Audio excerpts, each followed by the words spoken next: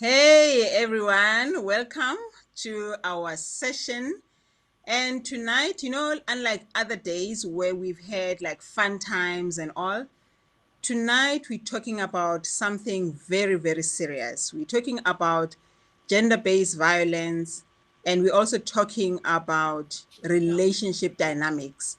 I've got wonderful people here with me tonight.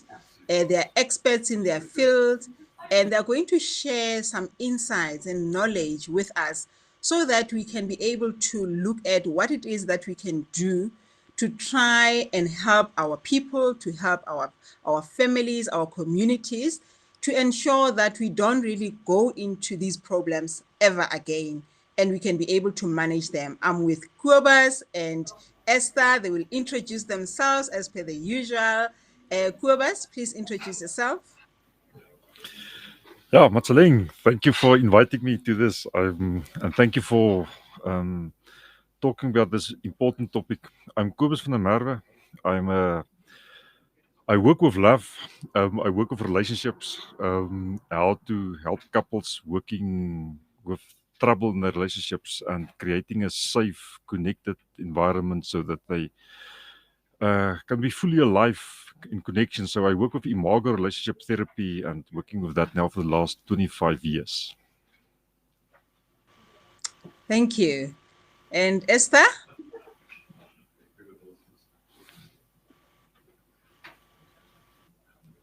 Who are you and what do you do?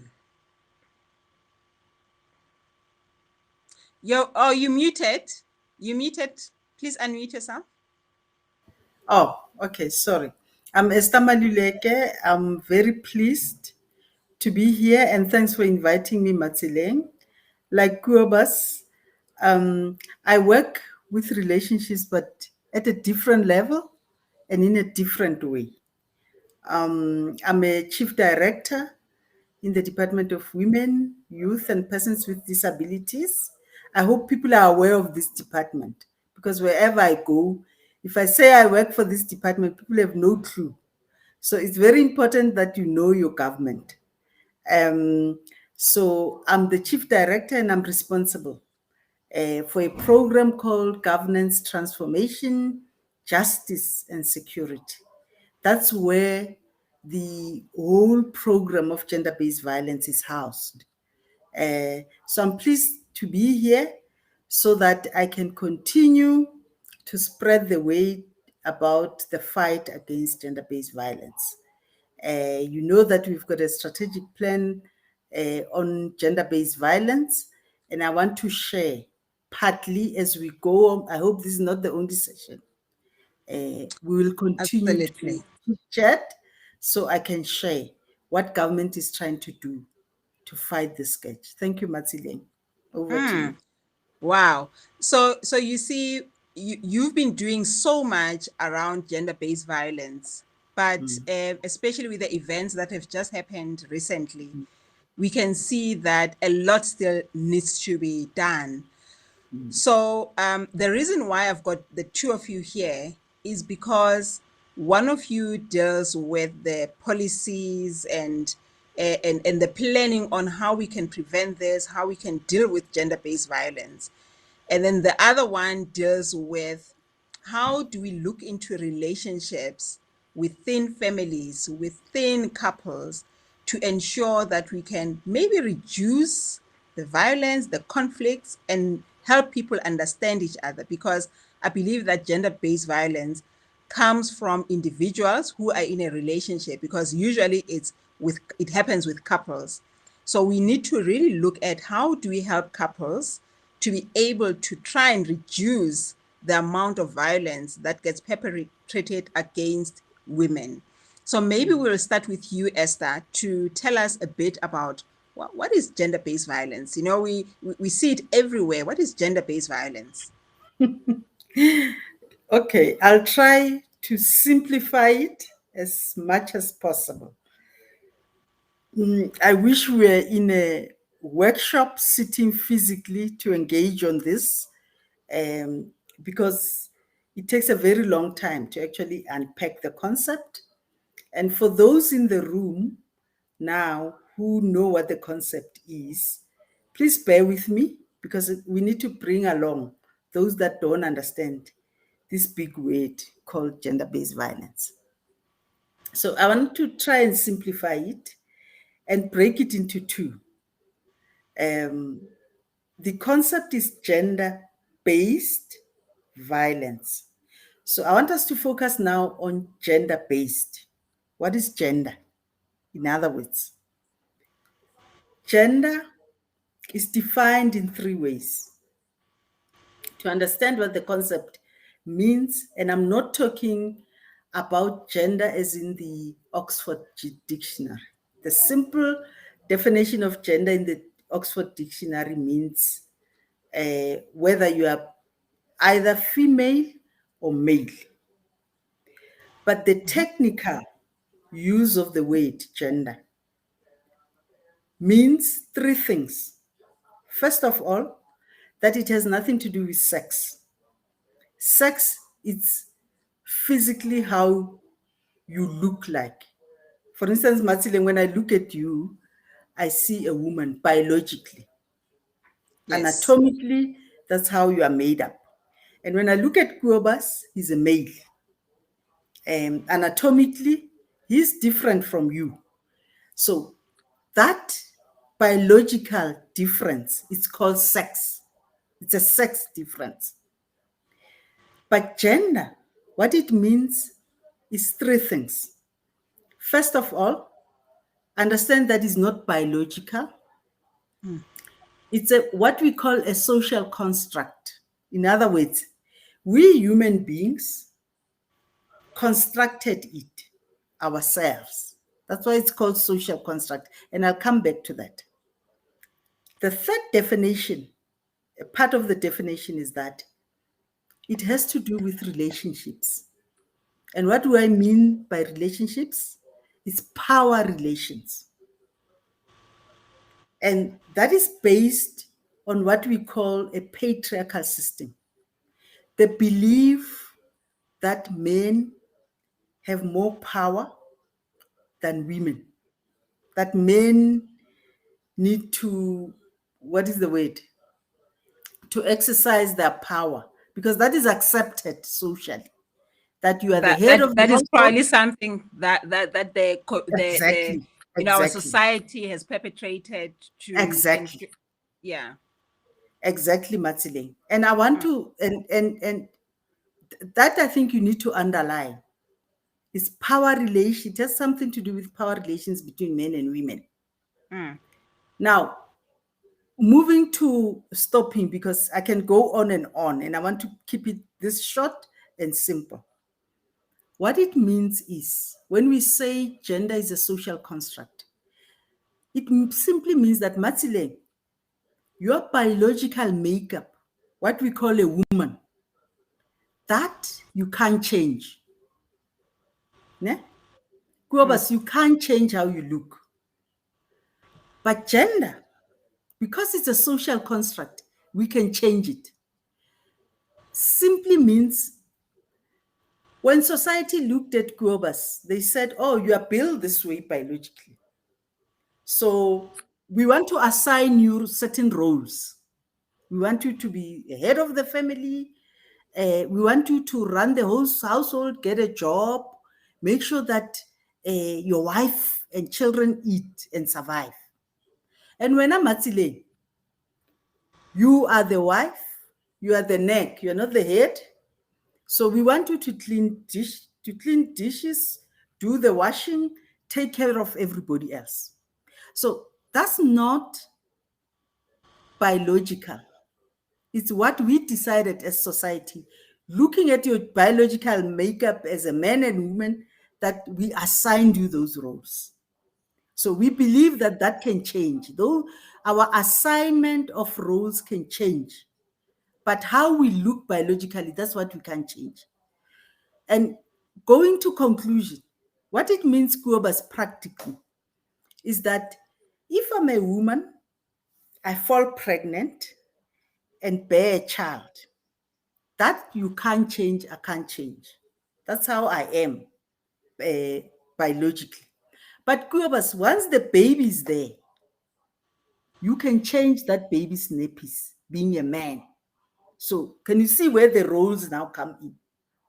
You can be a father, feed the child, bath the child, etc., etc. That you can simply do with your two hands. And that's where you get the opportunity to bond with this baby. And that's where the whole concept of relationship starts. And maybe, Matilene, let me pause there. And I hope I have not confused people. And I've tried my best to No, you, simplify it as much as yeah, possible. no, you have simplified it. So maybe let's come to So Kubas. yes, Okay. Yes. maybe. Sorry, let me conclude, Matilene. Sorry, you asked what is gender-based violence. I was Yes. unpacking the concept of gender. Now, come take the part of violence. So it simply means that the violence that we see has to do with the way we have assigned roles to men and women. That is why men are more of perpetrators that perpetrate violence compared to women. So, Mm. this violence that we see of killing women and girl children is gender based. In other words, it's based on the roles that are assigned by society. Yes. That you need to exercise power as a man. For you to believe that you are a man, you need to show some kind of level of violence. And that's Mm. problematic. And Yeah. we'll come I back think to that. Let me yes. pause. I think then it takes us to Kubas's role, because with you, Kubas, you deal with relationships. People come to you when they have conflict within the relationship. Please, can you just take us through the importance of having a couple that communicates, that listens, and respects each other? So maybe take us through that from what you do, Kobus. Yes, thank you, Matsling.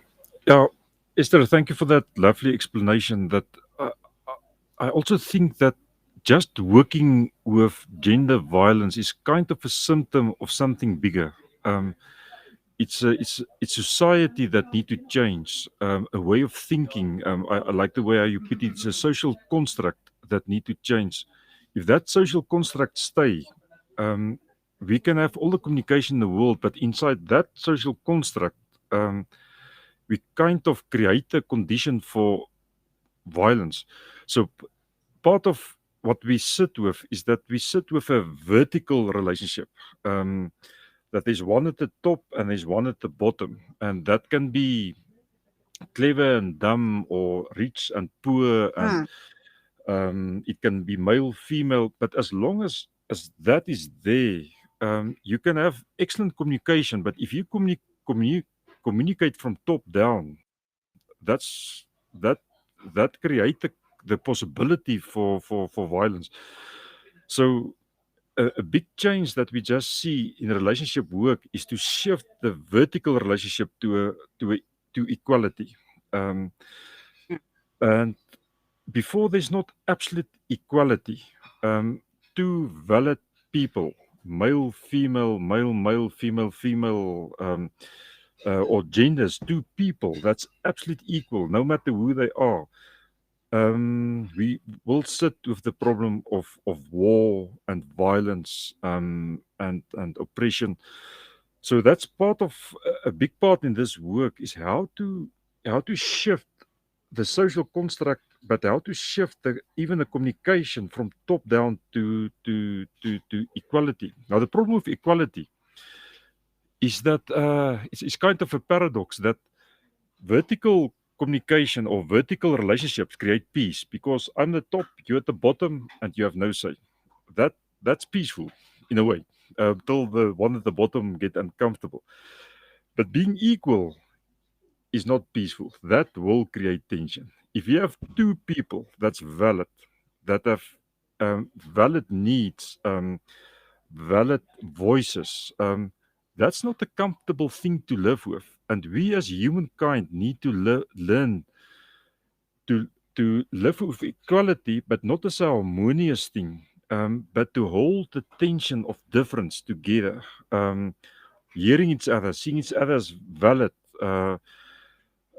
Just in a normal relationship, one will want to raise the kids with more control, and one wants to raise the kids with more playfulness. One wants to spend more money, one wants to hold on to the money.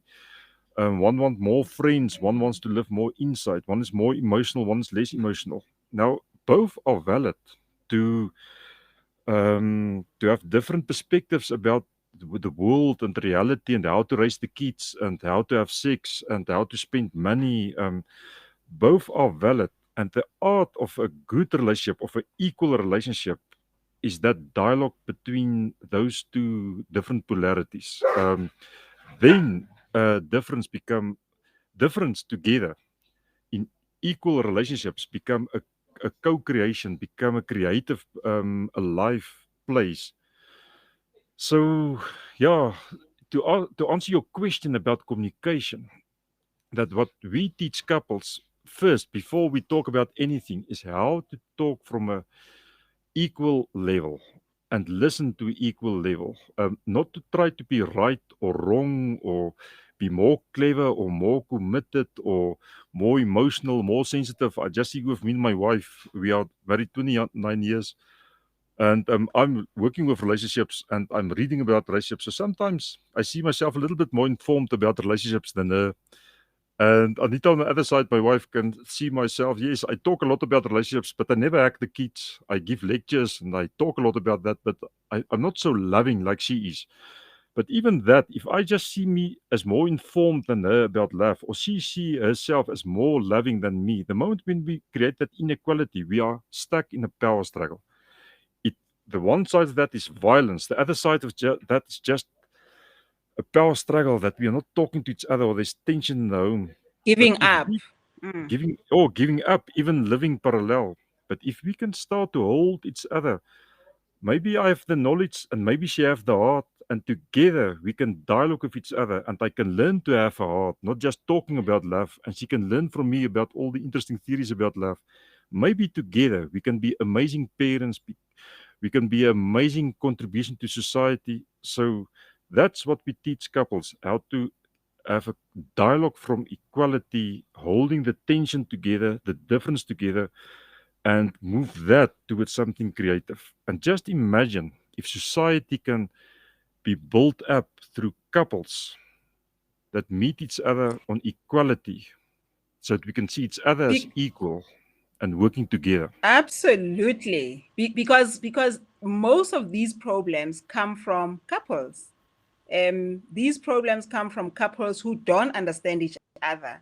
So would you say, Kuobas, from the type of work that you do, that when couples have challenges and they start to listen to each other and they understand that they're not the same, they are different. And I think I like, there's something that you like to say about people being different, and the reason why they're together is because they're different.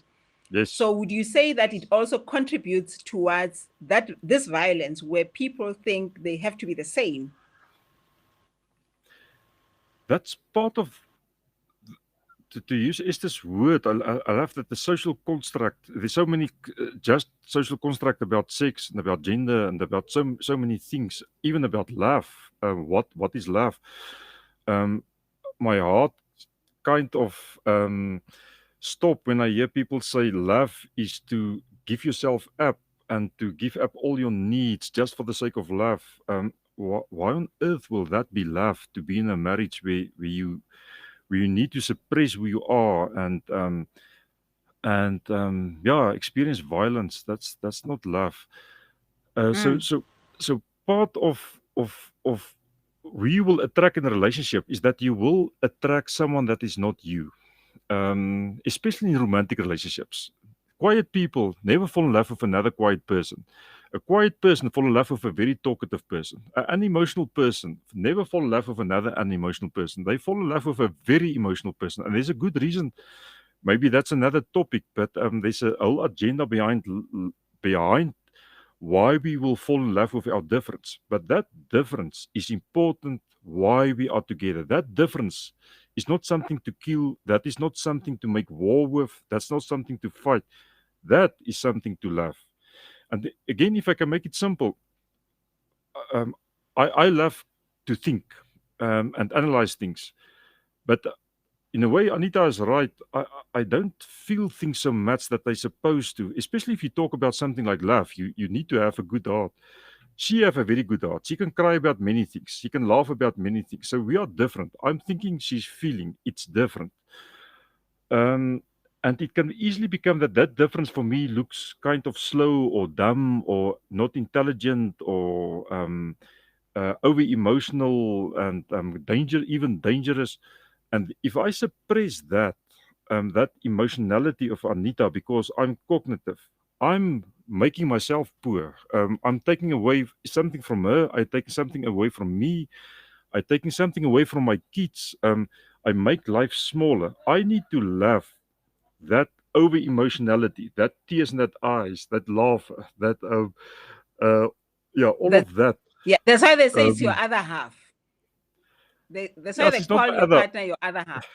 Yes, that's a good idea, but she's not my other half. I need to get my own heart, and she need to get her own mind. But the big thing is, Yes. we need to see the otherness of the other and love that, and not to try the otherness, the meanness. I mustn't make Anita like me, and Anita mustn't try to make me like her, because that's where couples get stuck. They think there's something wrong with the difference, and we need to get rid of the difference, and we need to become the same. So we keep on criticizing each other, getting irritated with each other because you are different.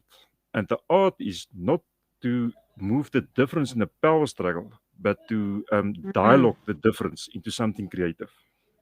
Mm. Sure.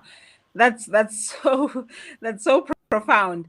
Esther, now if we look at this from what Kuabas is saying, do you think that from your part, as the policymakers, do you think that if we could apply some of the things that Kuabas is talking about, because you've done a lot of research, you've got a lot of data in your hands that tells you what happens and how many incidences happen, do you think that it could help to have couples literally follow certain things and understand each other to reduce the conflict, because it is the conflict that leads them to violence, and it is them not understanding, which is also something that I like that Kuba said. It's them they have to understand that it's okay to be different, because then they bring something else into the relationship. What is it that people need to know, that people can take away to try and not have too much expectations, unrealistic expectations of their partners? What is it that we can do to try and reduce that, to reduce this sketch that we have today?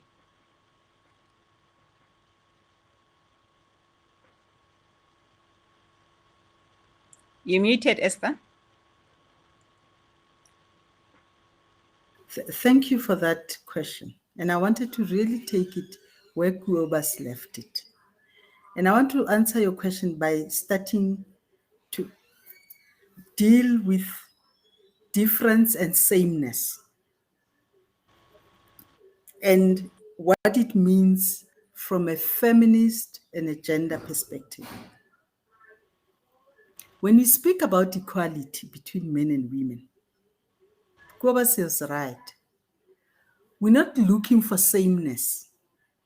And that is where the problem is. That when we speak about women's empowerment, people immediately what comes to mind is, oh, you want to behave or be like men. No, women don't want to be like men. When we talk about equality, we're talking about acceptance of that difference. And what is this difference that we're talking about? And maybe let me hold it just there a little bit and take a step back. Why we are different? We need to answer that question first. It's because of the way we are socialized. Remember my explanation of what gender is?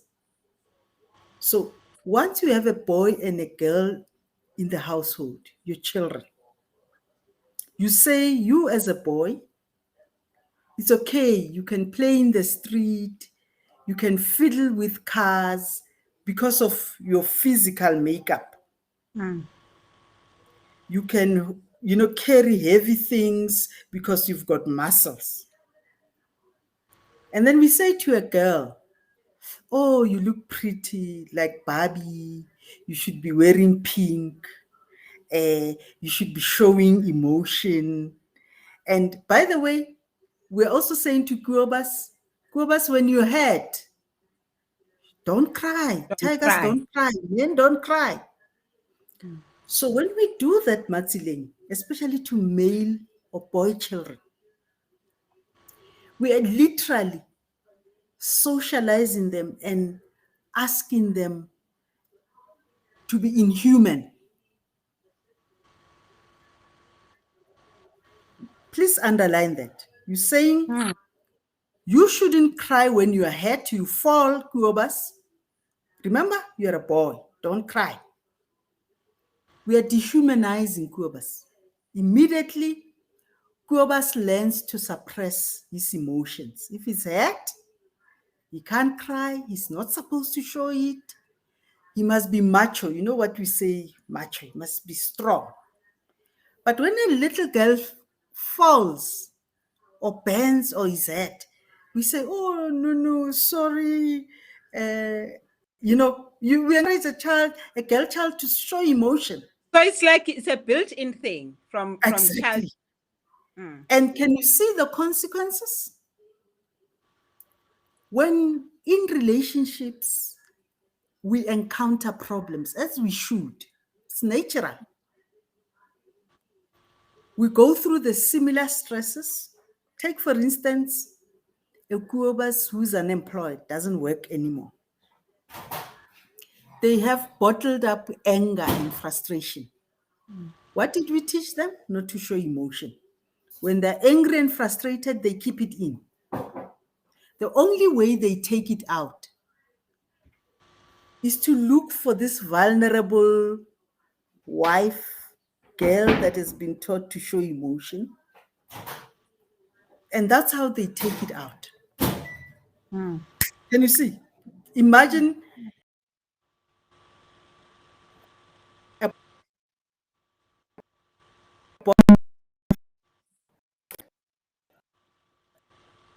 I think we're losing you a bit there, Esther. Hello? and it bursts out. Okay, you're back now. Yeah, we had lost you a bit there.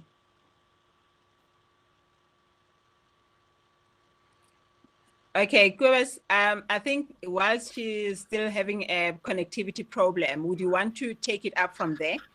Yes. And then Esther, you can just join us back. But Kuobas, I think I would like you to just touch on what she was saying, and taking it back to relationships and us as individuals and what we bring into the relationship, because each of us are individuals. We've had our experiences, like she was explaining, that we were molded, we were taught not to feel certain things, we were taught how to behave, how to. Can you hear me, Matsileng? Oh yeah, we can hear you now. Yeah, Oh, she's yeah. back, Kuobas. So Yes. I'll go back Good, to her. good. Okay. Okay. So, Matsileng, what it means is the way we behave, and as men and women in adulthood, it's based on how we are raised. Exactly the way I've explained.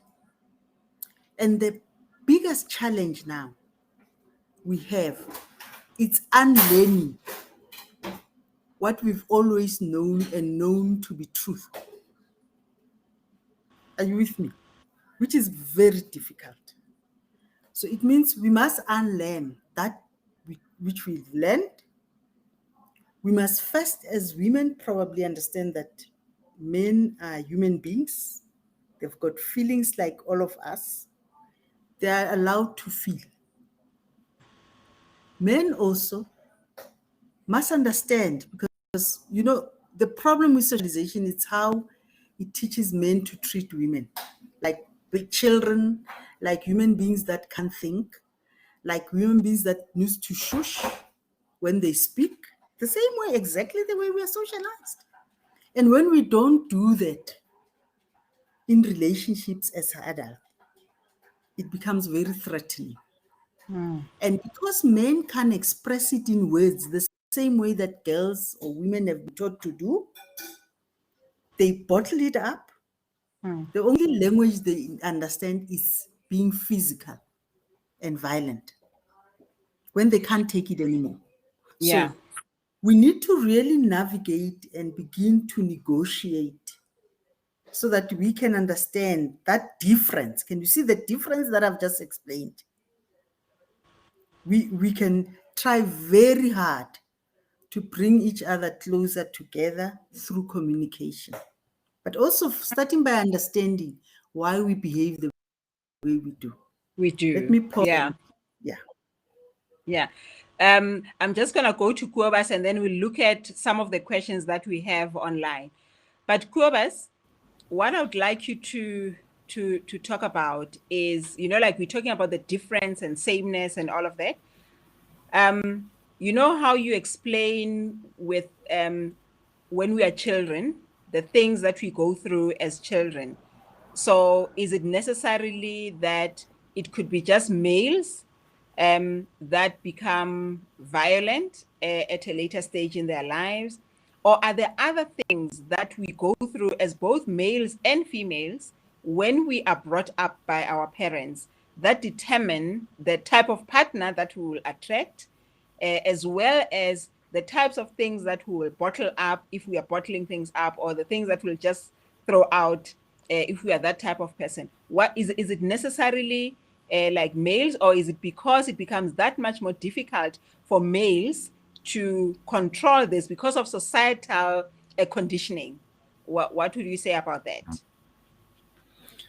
Well, that's a big question, but so no, I don't think just males or females. It's all of us, and in a sense that all of us have experienced pain in childhood, um, and when we experience pain in childhood, for us to survive, we need to give up some parts of who we are and about life. So if you have a dad that's drunk all the time, you can't have a voice. If you have a voice, you will experience pain. So you need to give up your voice. Or if there's a mum that's depressed, you can't have too much needs or show too much vulnerability. So, and it happened with all of us, not just some people, men, women, all people. We experience pain. We don't live in a perfect world. And what we just see, what's the agenda of love, is that whatever we gave up to survive, we want to get it back. There's an agenda in love to get full aliveness back again. So let's say if you give up to be sensitive and to be playful, what happens when you fall in love is that you don't just fall in love with any person. You fall in love with that lost part. You fall in love with a person that is playful and that is emotional or sensitive. But if you are very much serious, you will fall in love with a person that's so playful, they're kind of childish. If you are so um, uh, unemotional, you will fall in love with a very emotional person. So the more wounded we are, the more we will attract a other polarity of that difference, and that create a lot of tension. Now, the big thing just behind something like violence is, why will we kill someone that we love? Why will we hit someone that we love? And it's not just on that kind of extreme base, but for all of us in relationships. Sorry, I hope someone will just help my dog. Um, um, that Maybe your dog is answering to some of your questions. yes, yes. Um, that we don't need to go to that extreme. Um, just being irritated of each other, just ignoring each other, not talking to each other for days. That's also part of that. So how we lose life. A child don't just get up one morning, a little girl, and make a decision. I'm going to stop to think because my brain is too much. Or a little boy don't just wake up one morning and think crying is just irritating. I'm going to stop to cry. It's at least 13,000 incidents of shame and fear and pain before a child moves from talkative to quiet, from sensitive to insensitive. What is more is that history of losing life that sometimes a child starts to think, if I get tears in my eyes, there must be something wrong with me. And then you start to hate that tears in yourself, and you think, I hate myself and I hate my tears. Something's wrong with me because my parents don't like me, or I'm not manly, or I'm not a woman, or I'm not a human, or I'm not a child, I'm not lovable. But you can't live with that self hate. If you live with self hate, you will commit suicide. So, to protect yourself, you project that self hate. So, you start to hate it in other people. So, I don't hate my tears, I hate your tears. So, if we put it all together, if I don't have a capacity to cry or to use my heart, I will fall in love with someone that can cry. But because I hate it in me, I will project it on you. And that's how violence starts. So the thing that we really need to get to is not just communication. The deepest level of real transformation is if we can start to love what we hate in the other. Um, Mm. Instead of killing that, instead of hating that, instead of hating that, instead of being violent to that, you need to have the capacity to love it there. If I can love it in the other, I can own it in me, and then we can become. I love what Esther have said. Then we can become human again, not macho or dumb or unimportant or without needs. So there's a big, big secret and a big gift. If we can overcome violence and replace it with love, but not just kind of a moralistic thing, let's love everyone. There's a very wise process, but a very difficult process to love what you hate in the other and replace the love with hate so they can love it in me, so that all of us can become humans again. So, sure, this is so profound. So, are you finding that um, when you see couples, is it usually both of them, or is it commonly women that would come for help? Because what I've also seen, like right now, I'm sure Esther, you can also agree that the violence that we see, the common violence that we see, is the violence against women, because of the power that men have.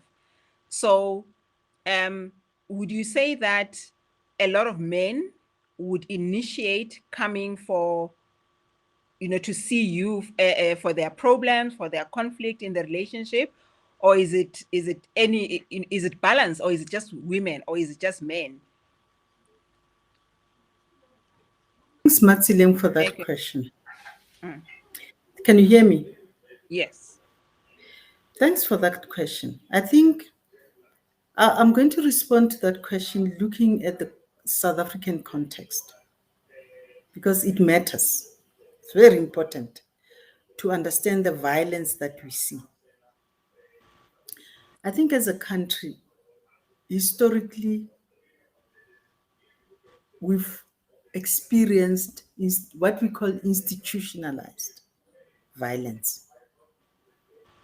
I don't need to remind people about the history of. So the apartheid government used violence to solve social problems and political problems.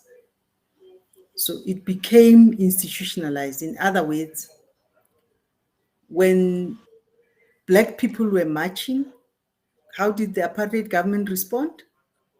It meted out violence, going as far as killing people. So it's institutionalized. I always say to people when I talk about the work that we do and try to make people understand that we are in a serious crisis, is because we can't ignore that history. I hear people now talking today about a violent democracy. Can you see? The violence runs through in society. When there's no service delivery, communities don't have water. Basic thing that indeed government needs to deliver on and make sure that at least people, how do they resolve the problem? Through violence. So we have a strong history of violence. When you drive on the road, I'm just giving examples. You have taxi violence. They kill each other, they for the routes, they bully people, drivers on the road. We are a society that solves problems through violence. And can you see what that does? It then penetrates in every unit of society, including the home. We don't understand any language of problem solving and communication, except these are two extremes. You're either peaceful or you're extremely violent. So our challenge as government, especially on gender-based violence, it's re-socializing people to understand that there are other different ways of resolving problems. But remember, I spoke about socialization. We encourage boys to fight in the street when they are challenged, but girls to run away when they are threatened. Are you with me? So all of us learn that the only way, and I always marvel at people, when I drive to work and I listen to the radio and I hear parents challenging government about the policy of corporal punishment in schools. Yes. It amazes me because you have 80% of callers saying government can't tell us how we should raise our children. And maybe government is not explaining it in so many words to say, actually, we want you to be re-socialized. We want, because the minute in a home when a child is not, when 5-year-olds, we've learned with child development that a child explores. When you clean in the house, they'll try and open a cupboard, take something. It's exploration. All they're trying to do is to understand their environment. But as a parent, what do? You hit them. You say, no, you can't do that. That action that you think it's small, that's the beginning. Teaching a child that, when I disagree with you, Violence. Which is what make you on the palm. Yes. And that is why we behave in the way we do. So we want to re-socialize, to say, actually,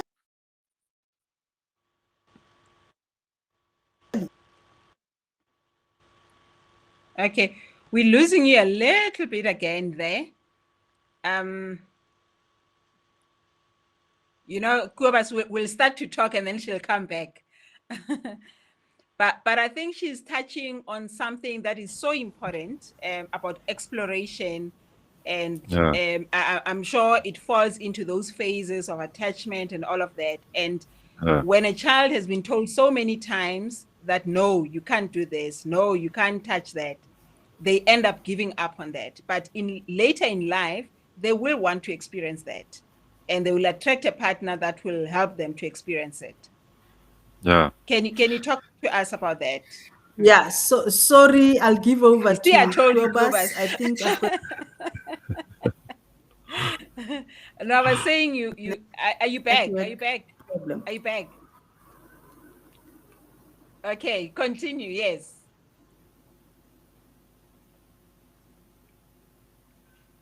Hi, Esther. Okay, let's get Kobus to speak, and then you'll come after him.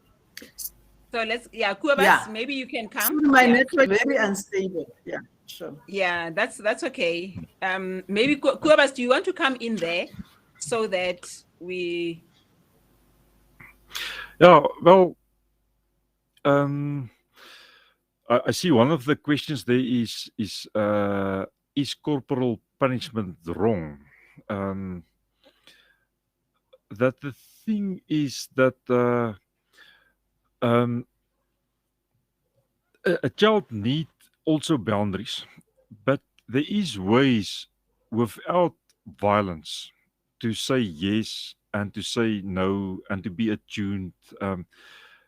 It's it's kind of a paradox again to be in a vertical relationship that I'm at the top and you at the bottom. That create peace. Then you need to listen to me. Now that's kind of that's easy.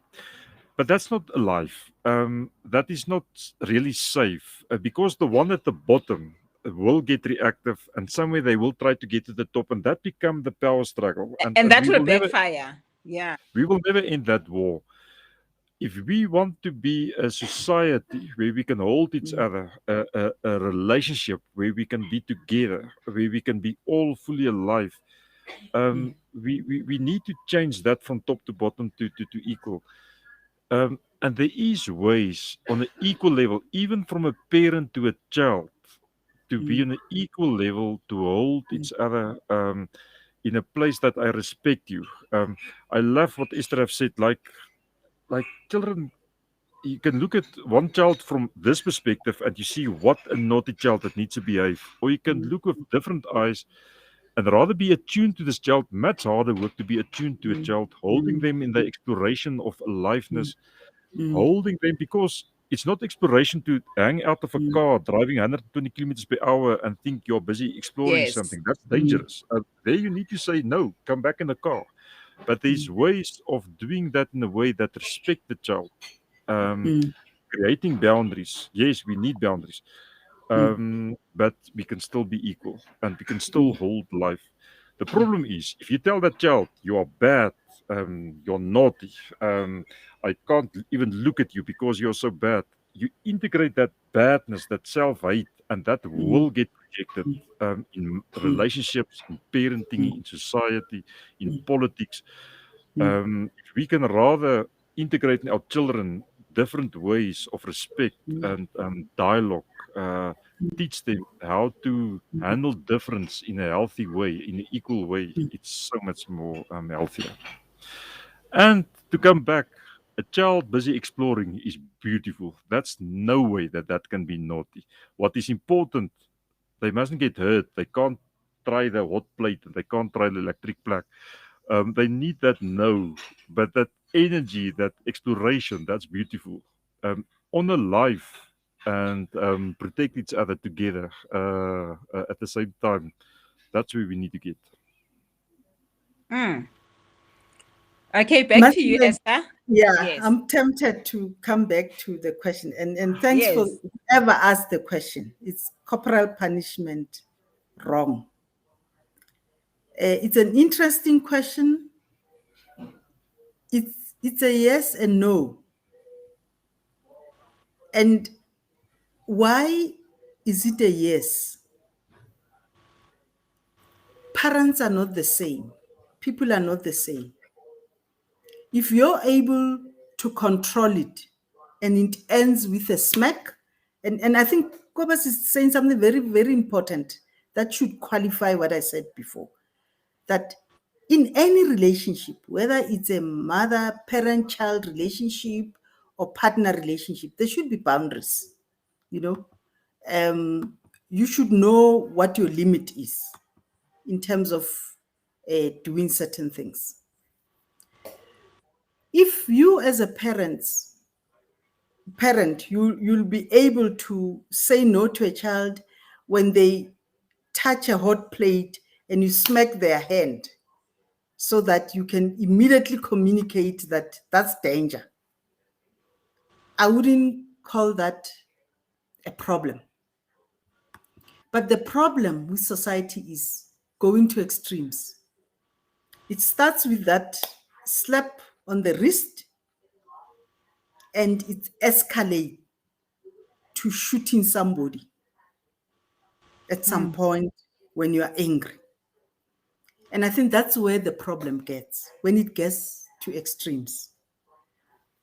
So the only best way is for us to discourage it, But I think you can be taken to jail as a parent if you smack a child on the wrist. No, you can't. It's not bad. And you have a responsibility anyway as a parent to put those boundaries. But we are learning that talking to children and making them understand that if you touch a hot stove is dangerous. All they want you to do is to explain it, and explain it in their language in a simple way that they'll understand. And you will see, you will not have to use your hand or a stick at any point. Yeah. That's how kids are Yeah. socialized, raised, etc. But As, we need to discourage violence as much as possible. Thank you. yeah. Esther, I actually wanted to say to you, to ask you. So there are a lot of parents who will not talk to a child and explain the consequences of doing something. They will just smack and shout and even fist the child. But we also recognize that those parents have been raised by their parents who probably treated them It's the that only way. language, yes. The only So that's language the they only way that they know how to discipline. discipline. And Yes. like you mentioned earlier on, they take it out on the weaker person, which is a child. And in today's days, because these young people can see that there are many other options, they also now adopt ways that will make them to survive. But it doesn't really get rid of what they experienced at home. So how do we now go back? Where do we start? How do we go back? Who do we start with? Grandparents that are still alive? Do we go to ancestors and talk to them? Where do we start? Because the problem is not with the current people that are doing wrong. The problem stems from way back. And you also older mentioned generation. that, yeah, we have been so socialized that violence and shouting and all of that makes things right. But we know that it helps only momentarily, but it has so much impact in the long run. So where do we start? Kuobas, with your work, okay, Esther wants to say something, but where do we start? No. Let me allow Quibus to answer that first. It's fine. Well, for me, the starting point is definitely if we can change the family and if we can change marriage, we can start changing the next generation. And if we change the next generation, we change society and we can change the country and we can change the world. So the practical point for me is to start with teaching new relationships. But probably more true or more realistic is that we need together government, marriage therapists, parents, schools, all of us need to recreate a new, to use Esther's word, a new social construct. And in a way, we need to be soft on ourselves as a humankind. We are busy as a humankind moving from one way of thinking into a different way of thinking. It's showing in all kinds of levels. It's showing in economics, it's showing in politics, it's showing in engineering, that we are moving away from a Newtonian thinking of things are separate and isolated and they are permanently like that, like an atom, to something that is dynamic, that is co-creating together. We are busy seeing the world differently because we discover the world. So in a way, we need to be a little bit soft on ourselves, not to try to find who is wrong here, but working together in changing the social construct. And in another way, it's urgent because it creates war, it creates pain. We can't raise another generation with this old way of thinking of oppression or lower realities. It is urgent. And the sad part is that the young people today, the younger ones, the little ones, are watching these ones killing other, these 20-something-year-olds. And to them, it's planting a seed that, okay, if I'm not happy with something, I'm sure I can do that. So Yeah. I like what you're saying, that, we have to be all kind and soft with each other. But we know that a lot of people will not even recognize or acknowledge that they have a problem. Yeah. So how do we help them to say, okay, I think I have a problem. I think I need help, because if I don't get the help, I'm going to be the perpetuator of this violence against innocent children and women. And then maybe, Esther, what you could address is the fact that we see even in the workplace where we have bullies and would you say that it's people that are just perpetuating violence in every space where they go? Or are they bullies at work because at home they're being bullied? What would you say, about that? Because we know that bullies are actually probably the weakest, because they're not able to handle their problems and they take it out on other people. Marceline, to answer your question simply, as I explained the context of South Africa, and that's our biggest challenge as government, is that violence is everywhere. It's in the home. I always say that. It's in the street. It's at school. It's in the workplace in the form of sexual harassment. It's in parliament. You've seen those debates, those violent. So it's institutionalized. What do I mean? Let me put it simply by institutionalization. What I mean by institution is that it's normalized. It's normal. When somebody behaves in a violent way, we don't get shocked anymore. That's how things We are, and actually laugh. We we laugh actually, and yeah, stand by as observers and we rather than record it intervene. and we share Yes, it. exactly, and it laugh. In extreme situations, we'll even laugh about that. That's problematic, extremely problematic. So to go back to your question of what do we do, there are no easy answers. First of all, we need to understand that, and this is what in our strategy on how we fight gender-based violence, we've come to a conclusion that this it's a whole society problem. So it can't be government alone. Government is limited in how it responds to this problem. In what sense? Yes, it has a huge responsibility. Don't get me wrong. Government needs to act and act quickly and get its act together to try and help resolve this problem. But there is a limit in how far it can go. For instance, if someone is raped or violated in whatever way, physically, emotionally, economically, by the way, there's an economic violence where a father will withdraw paying fees or buying food in the home. That's economic abuse.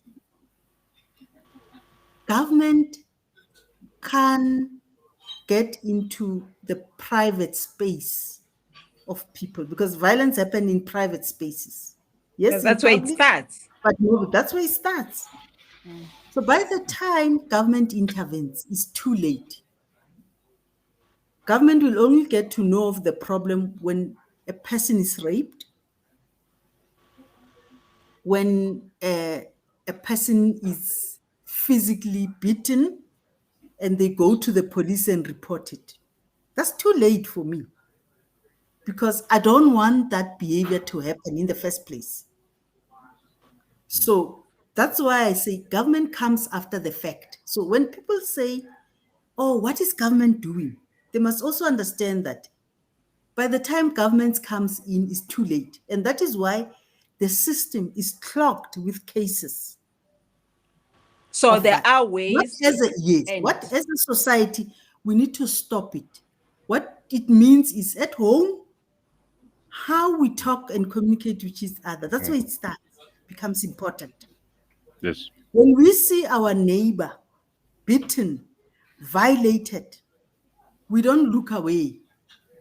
We take it personal. We say, oh, this could happen to me. I need to do something about it. When we see men, by the way, violence, when another man kills another man, that's gender-based violence. Do you hear what I'm saying? It's gender-based violence. Gender-based violence is not violence against women. There's violence against women and children. There's gender-based violence. There's a difference. Violence against women, it's obvious. It's self-explanatory. It's violence that is meted out towards women and children. Yes. Problem. But gender-based violence, remember the roles, gender? Men fighting men because they have to be macho and prove their prowess. That's gender-based violence. Shouldn't happen. So we need to call out people. But as society structurally, because this problem is embedded in institutions, and for instance, we are saying as government, we're looking at programs that we can start having in schools of resocialization. You know, there's a lot of bullying in schools. There are programs that are evidence-based. In other words, research has proven that those programs work, of life skills in schools. So those are the things we, perhaps for our generation, it will be difficult to change mindsets that are already, but it's not too late. We can look at the young generation, children at schools, in churches, and try and speak a different language of problem solving. And maybe just to add on that, to provide spaces where people can go willingly. Can you believe Yes. that time is running out? And So it we're flies. gonna need to wrap up. We're gonna need to wrap up. So maybe Kuobas, from your side, just in closing, what is it that you think, like, because I know you work with couples, you work with communities, you work with families. So what is it that people can do to start somewhere to get rid of these? Because I think the biggest thing is the willingness to face the issues, the personal conflict. So how do we help people to open up to that? Because we can have all the programs, we can do everything that we need to do, we can have how intelligent they are. But if people are not willing to admit that they have problems, we are not going to be able to. So from what you do, what are the things that you could advise people to say, maybe as couples, this is what you do for couples, this is what you do for families? And then we'll come to Esther to close on her part. Yes. Well, I will say I really believe if you change the couple, you change society. Because if you change the couple, you change the way children look at reality, how they connect, how they repair. So, what I will suggest, if couples can learn the art of holding, well, to learn the art to love, learn the art to be in a relationship, and that's not just romantic. That is to learn the art to hold two different realities in dialogue. Learn the art of connection and learn the art of repair in such a way that our children can watch us and learn from us, and in such a way that we influence the next couple and the next couple and the next couple, that our children can influence the next friend and the next friend.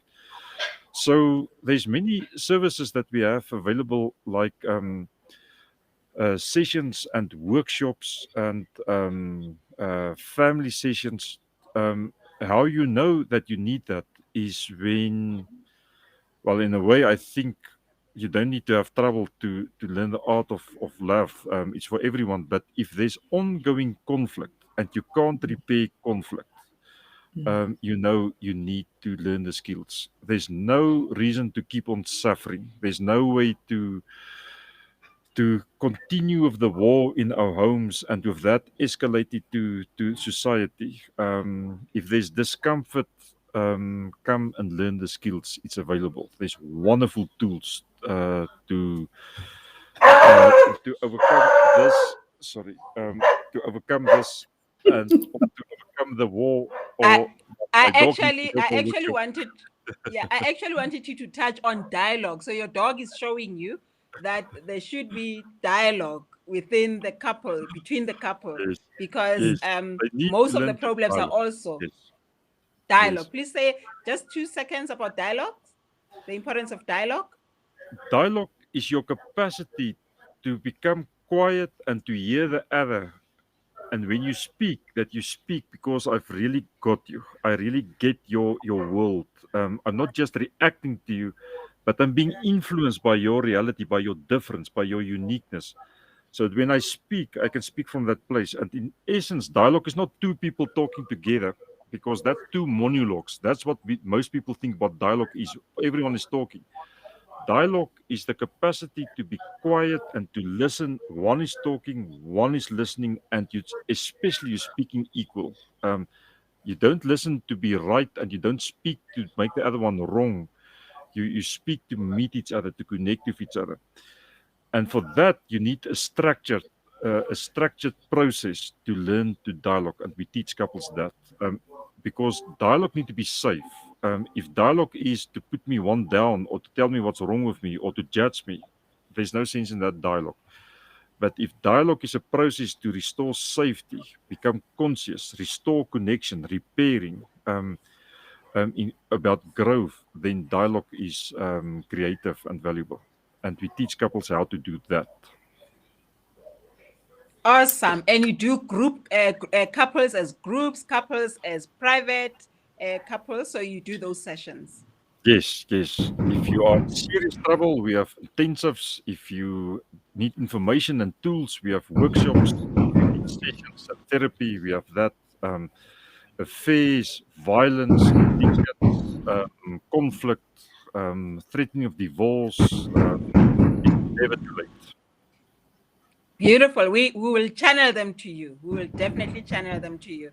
And Esther, just in closing, before you say something, somebody said, but what if the children, remember we're speaking about children touching the stove, what if they don't want to stop to touch the hot stove? What do you do? So that also happens with couples, with people, when even if when they know that something is gonna impact them negatively, they continue. So what do you do? You know, Matsileng, what I didn't say earlier is that when somebody continues a behavior that is unacceptable, it means there's probably something underlying that is deep. And it means you need to either refer them to Gobas or a psychologist or a social worker to try and understand where that behavior comes from. It might be deep rooted. So I like that question. It doesn't have a simple, straightforward answer, but I understand that it does happen where you try and stop a child, because sometimes they may behave that way because they're trying to communicate something to you, to say, I'm not okay. So it means you need Yeah. probably somebody that is better skilled to try and explore and understand why So the when you learn child. the dialogue. Absolutely. But coming back to your question about where to from here. I'm loving what I see, the questions on the screen. I think we need to continue this conversation. I'm loving it, and thanks for creating this Yes. platform. I would like to take it further. There's so much to talk about that is interesting. But I think we need to encourage, and this is what we also encourage in government, what we call intergenerational dialogue, so that parents of our generation can try and pass on some kind of wisdom on how to sometimes deal and handle these things. It's not all old-fashioned. There's a lot of wisdom that we can learn from older generation. But I think there's a challenge for parents of our age to also understand young people and the language they speak and what bothers them. And that's why I like this platform, and I would like us to continue this conversation. Very Thank interesting. you. Yes, Thank you. and we've exceeded our time. I just want to say thank you, thank you, thank you so much. This has been very profound, and I'm hoping that through this conversation, we can have people that can use some of what you have said to really change their lives and to change the lives of those around them. And I'd really like to, I can see that we could have had this conversation for a few more hours to come.